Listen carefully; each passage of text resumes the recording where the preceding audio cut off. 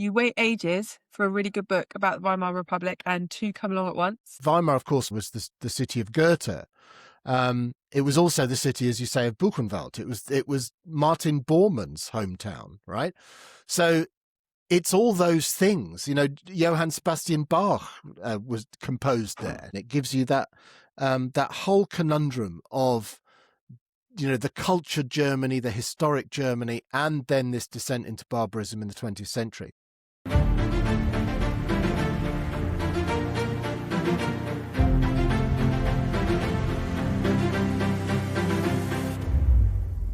Roger Moorhouse, welcome to a new episode of the History Book Buffs. And in this one, we are looking at two fantastic books. You wait ages for a really good book about the Weimar Republic and two come along at once. Crazy. What can you do? Crazy. So the books we're looking at today are Weimar Germany by Victor Sebestyen, subtitled Death of Democracy, and Weimar Life on the Edge by Katja, and they are both out this week. In fact, Katja's is out, I think, on Thursday. Indeed. When you get this podcast out on your its publication day. So two very different books about Weimar Germany. Weimar. How many times are you going to correct my German? Weimar. Let's try just Weimar. Oh, what? I have to repeat it after you? Yes. Roger, repeat after me. Bell end.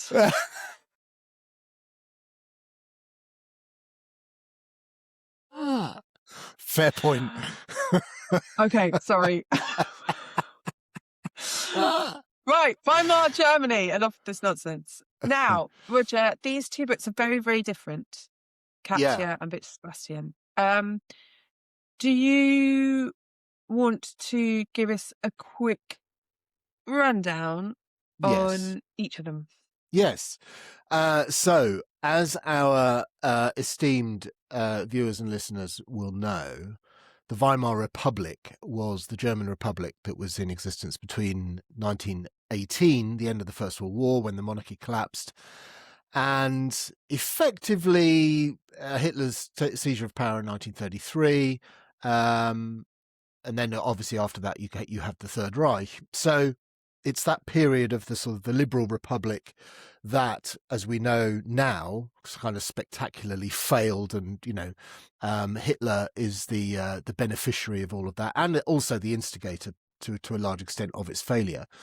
Now, it's known as the Weimar Republic because the unrest when the republic was founded in 1918, 1919, that winter, the unrest in Berlin was so bad at the time. There was a big left-wing uprising going on at the time that they actually moved to the provincial city of Weimar to found the republic. So hence it was known even to contemporaries as the Weimar Republic, and it is to historians ever since. So even if you've never been to Weimar, and actually I've never been to Weimar, I lived in Germany for nearly 3 years, I've never been to Weimar. Even if you've never been there, it's it's synonymous with that republic. So there are two very different approaches in these two books. So Victor Sebestyen's book is kind of a much more conventional history of the Weimar Republic, right?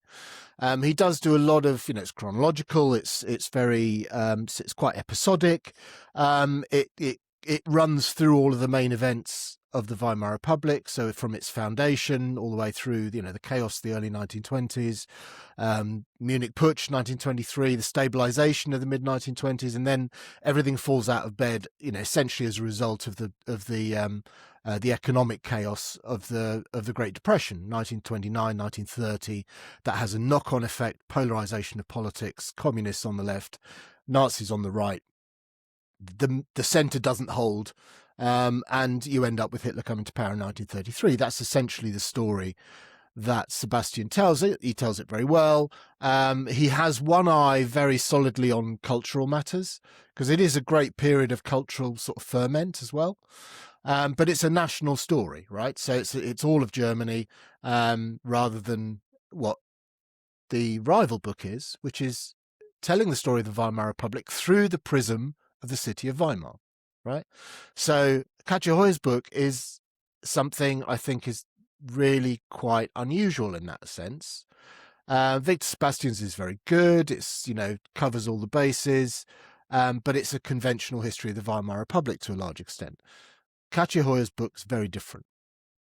She sets out to tell the story of the Weimar Republic through the prism of the city of Weimar. Various characters that are either in Weimar or, very closely linked to the city that she uses as her mouthpieces effectively. She tells the story, again, chronologically, in her case, actually, all the way up to 1939, but she tells the story through their diary entries, through their memoirs, whatever it is, with a fairly light contextualization from her as well. She says in her introduction, she wants to be almost a sort of a bystander in this. She wants to allow the voices to speak for themselves. And that approach, I think, is fascinating, is really, really interesting. And it's quite bold. And I think I would even say it's brave to do that, because it's really bucking the sort of the standard trend of how you write the history of the Weimar Republic. Yeah, there is lots to talk about in both books. Let's start with Victor Sebestyen, which is the more conventional one, as you say. I found it very interesting. The political side of things I thought was interesting, potentially, for me, I found the cultural stuff even more fascinating. Yeah. I found the he does a very brilliant sort of summation of why this explosion of kind of cool Germany, like cool Berlin, kind of, permissive sex club culture, all of this, why that, which is as sort of destabilizing to the Weimar Republic as the economics and the politics. And this wasn't something that I was really on top of. I thought that was absolutely fascinating. Yeah. Yeah. Because this is the period of, Marlene Dietrich, the Blue Angel, Sally Bowles, Christopher Isherwood, all of that stuff, right? This is that period, like you said. It's very it's very louche. It's very, it's sort of, vodka soaked and all of that. And like you say, that was very alarming. I mean, it was terrific if you were in the middle of it, like Christopher Isherwood was, for example. But if Would you have found it terrific? Roger Moorhouse, you're in 1930s Berlin. I reckon you'd be frightened. Yeah, well, depends where I'm standing, I suppose, or kneeling. I don't know, either or one. who you're standing on. Yeah. But like you said, I mean, that side of things was very alarming to an awful lot of ordinary Germans who just thought, oh my God, like what's happened? What is this ridiculous so-called brave new world? So, absolutely the cultural side of things, vibrant though it was, certainly had a political knock-on effect as well, which you're right. I mean, he's very good on this cultural stuff and he brings it out very well. Yeah, because I think one question we probably should get out of the way early doors.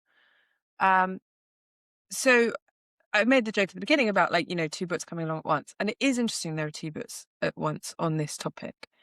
And we've talked before about how sometimes you have an idea for a book and you feel like it's come from within your own head, and then you're astonished to find about 5 other people have had the exact same idea at the same time, right? Yeah, yeah.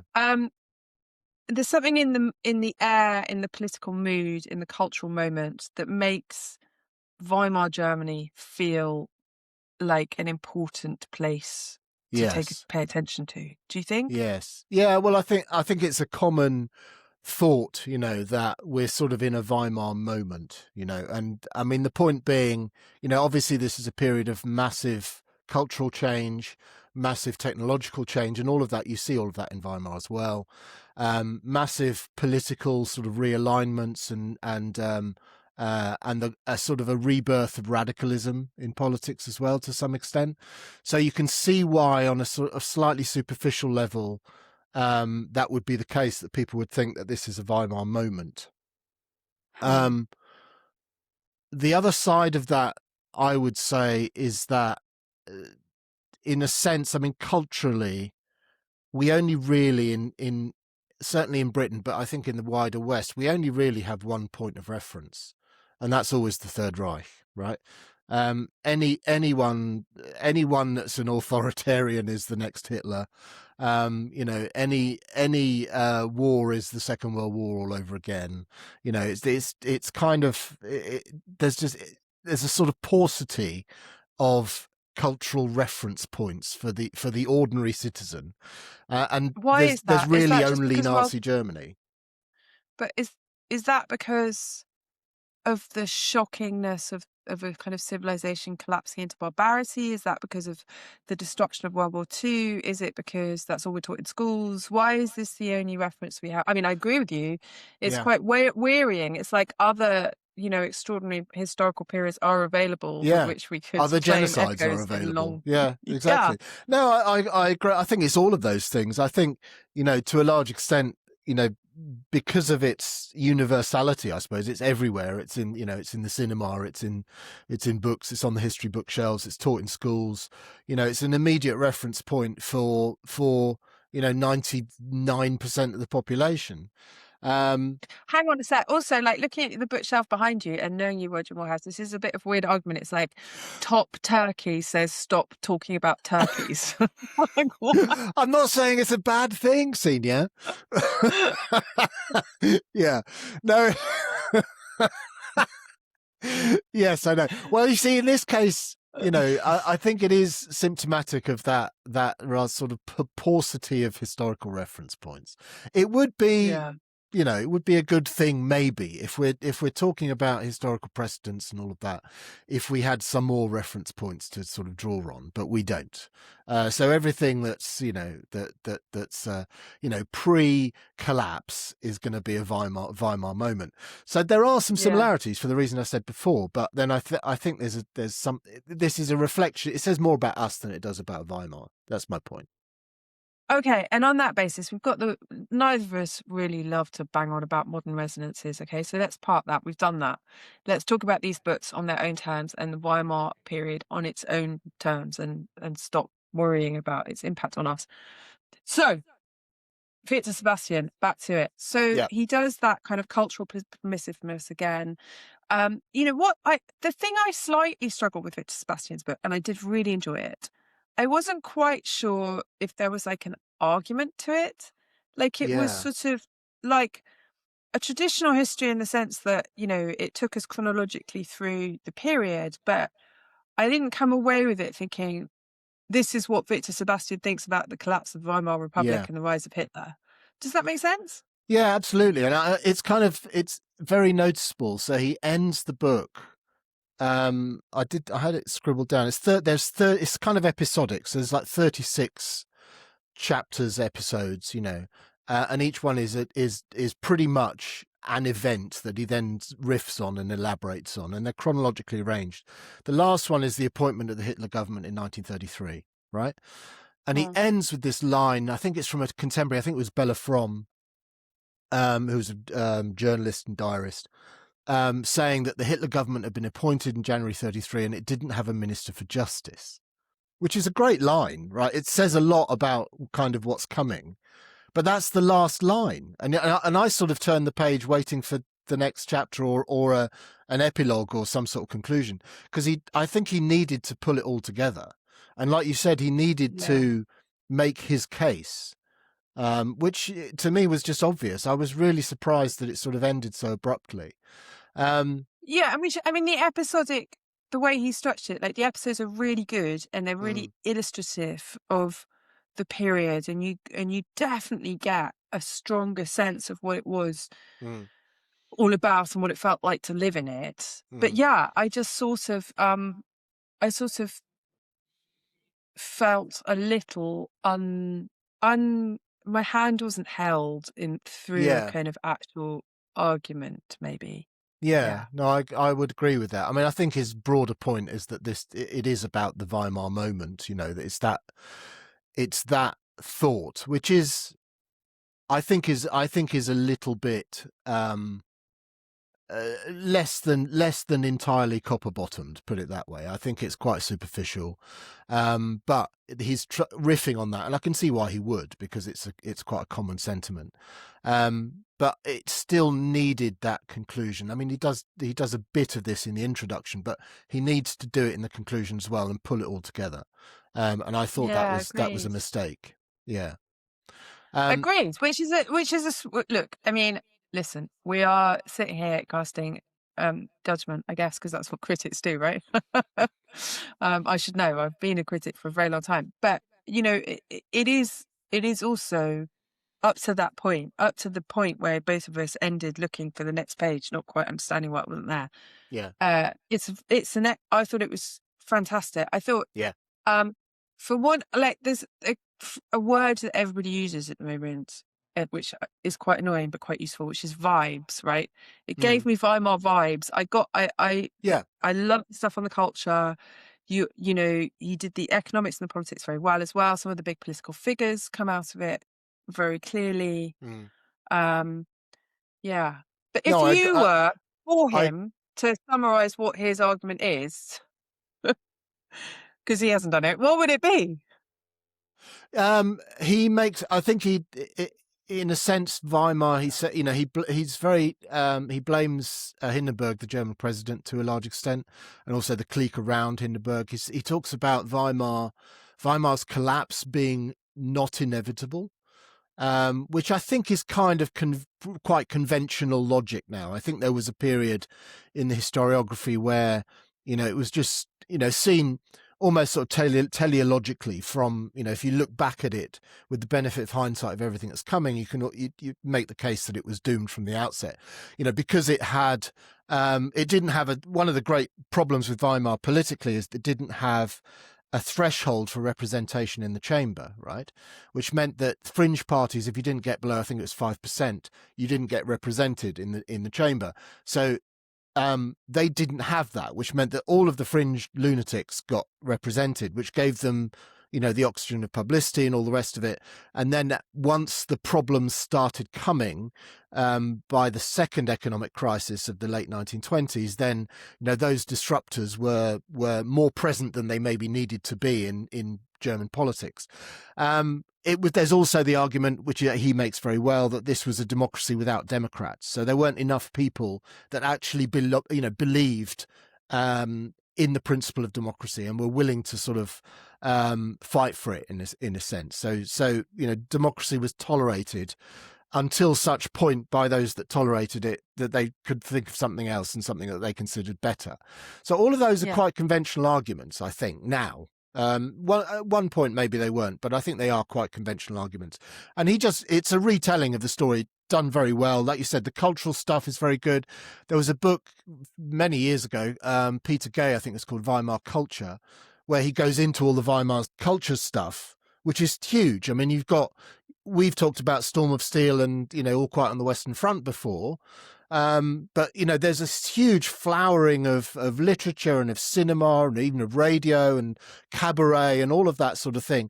And then you've got all the sexual politics and that sort of libertinism that we talked about before. So it's a period of a huge, social and cultural change, which is fascinating. And he incorporates that, unlike the Peter Gay book I mentioned.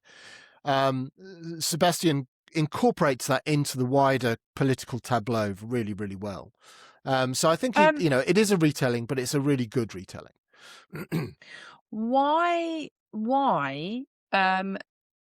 is there this sort of, because obviously I've been immersed mainly in 20s and 30s Britain. Why is there a sort of outpouring of permissiveness in Germany and not really in Britain in the same period? Like it's not a cross-European movement towards, leather and dungeons. It's a kind of Germanic whips, chains, and Great Danes. Yeah, and we need. Obviously, this is a small minority. I'm being flippant, but there is definitely a sort of, again, a Weimar vibe. Yeah, and is that to do with defeat? Is it to do Yeah. what is it doing? I think it is. I think it is. And you can see, the avant-garde, and this is like a sort of a cultural avant-garde to a large extent. The avant-garde is really strong, for example, in Italy as well. And also in the Soviet Union. So artistically, the avant-garde is really strong there. The avant-garde is less strong, well, certainly under the Nazis kind of clamped down on it, but culturally it's very strong in Germany. I think, I'm thinking a little bit on my feet, but I think it's a reaction to defeat. And before anyone writes in and says, well, Italy wasn't defeated. Well, it felt like it was defeated. That's, it had the so-called mutilated victory. So I think it's a reaction to defeat. Like, you've had the rug pulled from beneath you. Everything feels wobbly. Everything feels transient. And I think in some people and in some societies that experience that, you get this sense of, carpe the bloody diem. Let's do those things that we want to do because we don't know if we'll be here tomorrow. It's that kind of mentality. And I think that probably explains it. And also presumably, dominated by young people for whom, their parents destroyed the world, right? They brought the whole thing crashing down. Yeah. So it's kind of a rejection of everything, right? So tomorrow will be ours. It's that sort of mentality. Absolutely. Yeah. Interesting. Okay. Fascinating. Great book. Let's move on to the other one. Yeah. Weimar Life on the Edge, Katja Hoyer. Yeah. Katja has an entirely different way of doing it. She, as you said, basically tells the story of the town of Weimar. She picks out some carefully kind of curated people. She follows them very, very closely. She says in the introduction, which I thought was interesting, that all of the dialogue in the book that is that is based on records, diaries or whatever. So she sort of she walks a tightrope walk between, I guess, something that feels like a new trend in history, which is to go deep into the sort of semi-fictional. But actually looking at it, everything is really grounded in the research. So what she's doing, I think, is very, very cool. Yeah, as I said at the outset, brave, I would say, that approach. And there, there was a review that I know you read as well, Spectator review at the weekend, which the phrase that they used was, "This is history laced with fiction," which I thought was, well, I read that and I kind of gasped. I thought that, she won't like that. I wouldn't like that if I was written a review of one of my books.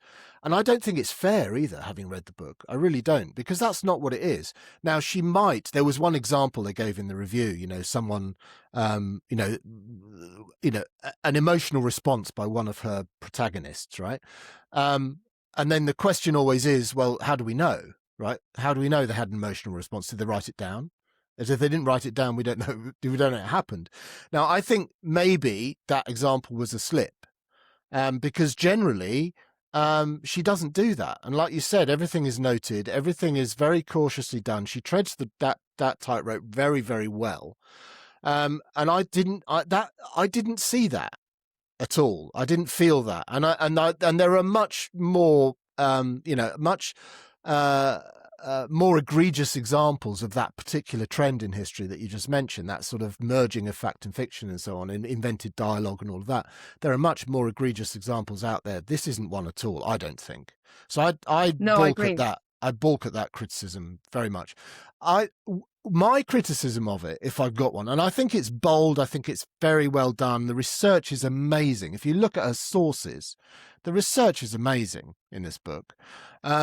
My criticism a little bit is that two things. The first one is you need to know enough about Weimar. Maybe people do. Maybe I'm doing them a disservice. But you need to know enough about the general sweep of the history of Weimar beforehand to really get, the history that she tells in that book, because she does do it with a light touch. As I said before, she kind of she steps back a little bit as a historian. She doesn't contextualize too much, really not much at all, and she tries to allow the voices to speak for themselves. Now, I would argue that she needed to intervene and she needed to contextualize a bit more, I would say. I think it was a bit too hands-off. But also, you almost need to read the Victor Sebestyen first before you read her book, so that you know exactly what the sort of the bigger picture is, and then you can fit the Weimar into it. Because without that contextualization, we don't really see the bigger picture well enough, I don't think. I don't think it becomes clear enough. Does that make sense?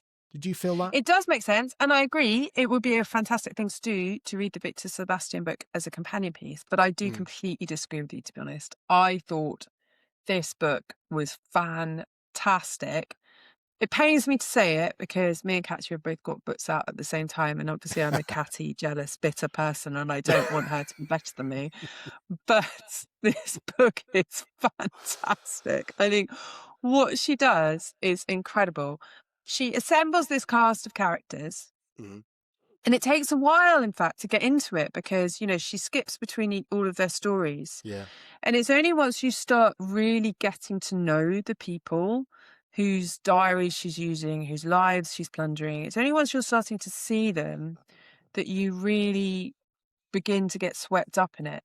And it is like a novel, but I say that in a positive way, Roger Moorhouse. It's not like fiction, it's like a novel. It's like a grand 19th century novel. It is like the history equivalent of Middlemarch. She takes different characters with different perspectives, allows them the space to breathe, does not judge them, does not, talk down to them in any way at all. She just shows the world through their eyes, and an incredible world. Yeah.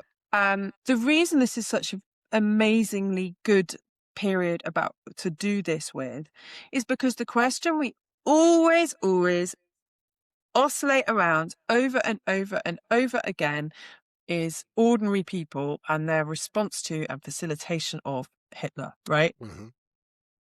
And how do you do that in history? Like, I've only seen it done brilliantly in fiction before, right? The novels of Walter Kempowski, for example, are the best thing I've read so far, which gives you a sense of the, as well of the indifference and apathy and blindness and sort of the choosing of kind of not to look, but still actually not being a bad person. So there's a character who opens the book and who is featured throughout it, and he's called Karl Weinrich. Is that right? Weinrich, yeah. And he's like fascinating because he's an ordinary guy. He's with a family. He's not interested in politics at all. He doesn't care about politics. He doesn't want to know. Just wants to live his life, have his family, make a living, get home at the end of a long day, make a living, and she follows him all the way through. She follows him when he is like kind of quite into the idea of Nazism because he doesn't really engage with it very much. Just when he thinks about it, when it pops into his consciousness, he thinks, well, it can't be worse than what we've already got, blah, blah, blah. And then she traces his very slow and painful disillusionment right up to, and she opens the book with this, actually, it's the prologue, the point at which in 1945, Karl and other people who live in Weimar are forced by the Americans to walk through the Buchenwald concentration camp, which is one of the most powerful opening scenes of a book I have read in forever. Yeah. So that was a very long rebuttal of you, Moorhouse, but I think and a fair one. I mean, absolutely a fair one, and it's a great cast of characters. To be fair, alongside Weirich that you mentioned is pretty much your typical ordinary German to a large extent, and there are some extraordinary characters as well. People like Harry Kessler, who's a great diarist. I mean, anyone that's written about Weimar, has probably quoted Harry Kessler. He's very good. And Elisabeth Förster Nietzsche, who's Nietzsche's sister, is another one who also, quickly gets on the Hitler bandwagon and so on. Even Baldur von Schirach is who later becomes the head of the Hitler Youth. He's Weimar is his hometown, and the same thing. So Yeah. he's one of the voices that Katja uses. So there's a really fascinating cast of characters that she draws on. Yeah, and Nietzsche's sister, like when all the kind of anti-Jewish stuff starts coming in, Nietzsche's sister sort of writes in her diary into someone else. She's like, "Gosh, I wish we could have Nazism without this slightly horrible anti-Semitism." Yeah. Like, and and um and then when they start building Buchenwald, there's this unbelievably well done bit where they're building the Buchenwald concentration camp, and it's like down the valley and then higher up on the hill. It's a really beautiful winter's day, and Carl takes his young son sledging in the snow, and they have a really lovely afternoon and the sun's shining on them. And you're like, well, yeah, of course, because that's the reality, that life goes on when evil is is in corners. And then the way I think she's also fascinating on how the locals respond to the building of the concentration camp. Like they don't like it. They're pretty happy when someone manages to escape, but they're not like storming it down. They're not like, and and um I I think if she had spent more time contextualizing, what you would have had is a different atmosphere of a book. You'd keep being pulled out of the story. That's You true. would keep being pulled out of these people's heads. You would be like hearing, do we need Katja as the sort of authorial voice to tell us Buchenwald is a bad place and they're sledging and it's a nice day? We don't need her to do that for us, right? We can do that work. We can do the work as readers, right? Yeah, that's true. That's true. I know, that was just the sense that I got. I felt that I knew a lot about Weimar, and the central point that she's trying to riff on is this idea that Weimar, apart from the happy accident or unhappy accident that it gives its name to that doomed republic, but the Weimar is in some way a sort of a microcosm of Germany in that time. And the weird thing is, Weimar, of course, was the city of Goethe. It was also the city, as you say, of Buchenwald. It was Martin Bormann's hometown, right? So it's all those things. Johann Sebastian Bach was composed there. It gives you that whole conundrum of the cultured Germany, the historic Germany, and then this descent into barbarism in the 20th century. And I think that aspect works really, really well. You could potentially make the case that you could do it with any city, because every city would have those connections. But with Weimar, it actually works really, really well and really strongly, not least because of that connection, that named connection to the Republic. So that worked really well. I did feel that it needed to locate itself a bit more, anchor itself in the wider history. But that was my feeling. But that's Yeah, but then maybe that's our I was perfectly happy where it anchored itself. I thought it was perfect as it was, because I felt, precisely because, to go back to our conversation where we opened, precisely because this is the event around,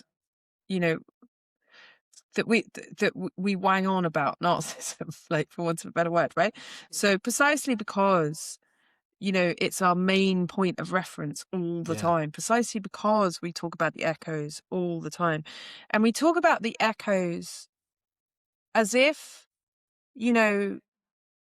countries and as if history is a force that moves on its own, right? As if it isn't the kind of sum of the small decisions and the hopes and wishes of the people. Yeah, of the Karl Weiris of this world. Yeah, of the Karl Weiris, who both make history in a minuscule way, but are also buffeted by it continuously. Yeah. So, his son gets caught up in it all in ways that I'm not going to spoil for you, and so I thought, yeah, again, maybe because I have my, my other hat is as a writer and fan of historical novels. I am consistently fascinated by the way individual lives are both, part of the mosaic that makes history, but also with you're a mosaic within history, right? You're a small tile making that larger picture, and you Yeah, don't necessarily have huge amounts of agency where the tile is put. yeah, But to you, you are the center of a universe, and you feel as if you're being, you know, you're being subject to, and the people that you love are being subject to these violent forces that you can't contend with. And although we don't want to wang on about modern resonances, I think one echo today is that sense that we are being buffeted by a yeah, slightly terrifying terrifying historical forces that we don't know where yes, they're going, yes, technologically and politically. And I'm sure, and we know in that we're not much different from other periods of history, but some you feel that more acutely than others. I yeah, think I feel it more now than I did in the 90s, right? yes, yes. And Um, crucially, that whole question of the inevitability, which is a point that I made when talking about Victor Sebestyen's book, it's worth bearing in mind that that I think we maybe tend to forget, but Weimar was subject to two, not one, economic collapse. So 1923, the hyperinflation, yes. having to, you by the time you ordered a coffee at one price and then drank the coffee, the price had doubled, right? Literally, there's a couple of examples of that that he mentions in the book. So the hyperinflation, for one thing, which wipes out anyone on a fixed income, all of that stuff, wipes out huge swathes of society financially. And then again, so that's 1923. And then again, 1929, 30, the Great Depression, right? And it's not one economic crisis, it's two in 6 years that kicks the stool out from, ordinary rational politics in Germany. And that's what makes, Yeah. Hitler come to power effectively. Hitler exploits it brilliantly. But Um, we have to remember it is two economic crises, and nobody could predict that, right? That's not no. Weimar's fault. That's just circumstances. So that whole question of the inevitability of Hitler's rise, that Weimar was always doomed, I think is a nonsense. It will actually thrive through the 1920s. And you see that in Katja's book as well, that you had those, the good years of the 1920s, where, the Nazis are very much on the fringe, and they're even in Weimar. The first Nuremberg rally is in Weimar, right? I think obviously didn't call it the Nuremberg rally, but the first national rally of the Nazi Party is held in Weimar. So you Yeah. see those, but they're bit part players, they're fringes, they're fringe extremists because things are going well. So there's for those ordinary people that you're talking about, they can't see what's coming, and I think that she actually No. explains that very well. And that's one of the things that I think fiction does brilliantly, Yeah, that often history fails to take account of, is that sense of the historical present, right? The yeah, immediacy of events, and that sense of, watching things rushing at you. And yeah, it's afterwards that historians make patterns, but when you're living in it, it feels patternless, right? yeah, And that's what you get is from Katja's book very you, strongly, yeah, yeah, in is, spades. the Yeah, sense of these, and maybe, okay, let's address the other problem with her approach, is that, this is Nazism we're talking about, right? So mm. I'm very sympathetic to dear old Carl, but he's quite pro-Nazi. Should I be sympathetic to dear old Carl just because Katja has made him a rounded 3D person who loves his family and is trying his best and doesn't really think about politics? Maybe he should bloody think about politics. He's facilitating the Nazis. So, there might be people out there who, I know Katja, when she wrote her book about, uh, um, On the GDR. communist East Germany, was castigated in some quarters for not being severe enough, right? And I Yeah, think she could leave herself open for not being severe enough here by not casting judgment on yeah. these people. Yeah, And I agree. because Yeah, she renders them in 3D, you end up sympathizing with people that you didn't want to sympathize with. of course. But then, if you want to understand, even on the most basic or visceral level, then if you want to understand, how the Nazis come to power and how Hitler's plans for Germany became attractive to vast swathes of Germans, you've got to understand people like Karl Weyrich, because they're not all lunatics. I mean, Hitler's a lunatic, and the leadership are all, we know who they are and what they stand for, but ordinary people voted for that in their droves in Germany, and it wasn't because they were all anti-Semites and foaming at the mouth and trying to stab their neighbors over the fence. It's because they were desperate and they didn't know better and they couldn't see what was coming. So this actually, I take your point, but I think like you said, it puts us in their shoes and helps us actually to understand much better, that question, how did this happen? How did the Nazis come to power? Because it is about ordinary people like Karl Weyrich, voting for that to happen in their ignorance. Yes. In their desperation. Yes. But, that's still part of the story. Yeah. And it also, like all the best sort of books of this kind, it forces you to confront your own failings as well. If Buchenwald was being built down the hill from where I lived, and would I go sledging with my kids on a beautiful, crisp winter afternoon? I mean, yes. And I like we all want to think that we'd be the heroic resistors and that we would, but we would hopefully deplore it and be cross about it, and maybe even write a strongly worded letter to the newspaper about it, but we'd still go sledging. Yeah. Because we have one wild and precious life to live, and we hope that bad shit will just blow over and leave us alone. Yeah. And you're absolutely right. And it's about understanding that, that the people that made this happen, the Karl Weirichs of this world, are not another. They're us, right? And yeah, so I'd hate to see what if we had to endure the sort of economic and political upheavals that the Germans did from that generation, what we'd come up with. No. But we're othering them by saying, oh, we would never do that. We'd never vote for him. We'd understand what he was on about, that it was as bad as it was.